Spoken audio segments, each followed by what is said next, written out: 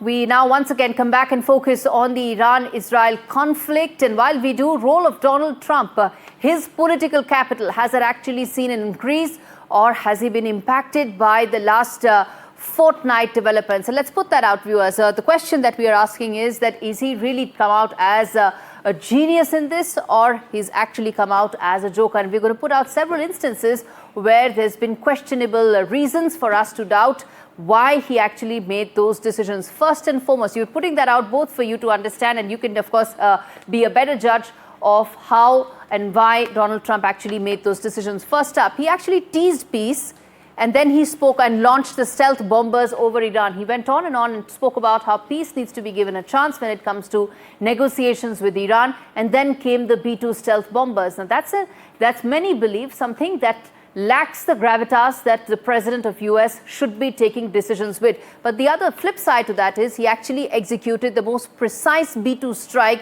in decades, all in a matter of a single night. That probably would not have been possible had he not come about playing with several of these antics. Let's move ahead. The other instance where one may doubt whether it was conduct that could have been better, or was he just trying to come out with outcomes that prove that he was a genius. Second such instance, he called Pakistan a peace partner after Operation Sindoor. We all know the bad optics that were at play. In fact, many in Washington questioned why Donald Trump actually came out looking the way he did, because he made comments regarding Pakistan when everyone knew that it was Pakistan-sponsored terrorism that started Operation Sindoor. But the flip side to it is he actually used Pakistan's cooperation to fly the bombers into Iranian skies. The lunch that he had with Asim Munir was about ensuring that US can use Pakistani air bases and to fly the bombers into Iranian skies. Next, the other instance where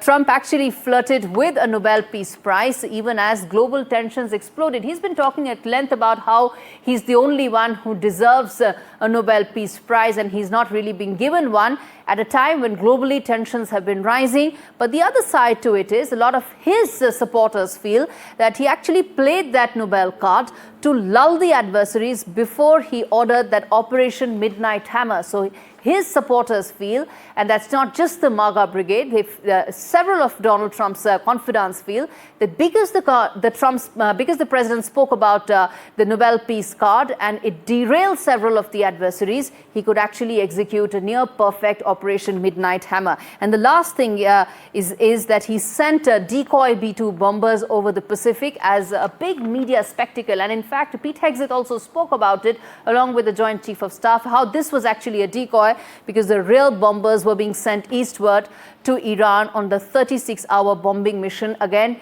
perfect mission, which happened because a lot of military experts also feel because of the decoy that Donald Trump actually put in place. Not all of it could be only him, but yes, this is the president's political capital that gets a boost. The last such instance where you can see which way do you want to really side with, whether you feel that Donald Trump triggered a global chaos. So with a very questionable diplomatic preparation, he seemed very underprepared. There was no clarity about what will the ceasefire framework really look like. He just announced it on his Truth Social handle the way he does all along.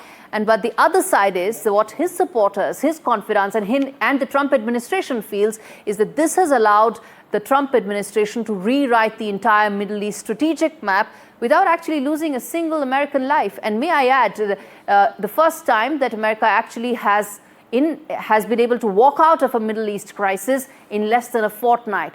All of President Trump's predecessors went into the Middle East thinking it's going to be weeks and months, and it took years and, in fact, decades. So that is the other side to it. So one can decide whether what President Trump's decisions were actually he could have done it much better, or this was actually political genius that was coming out in true Trump style.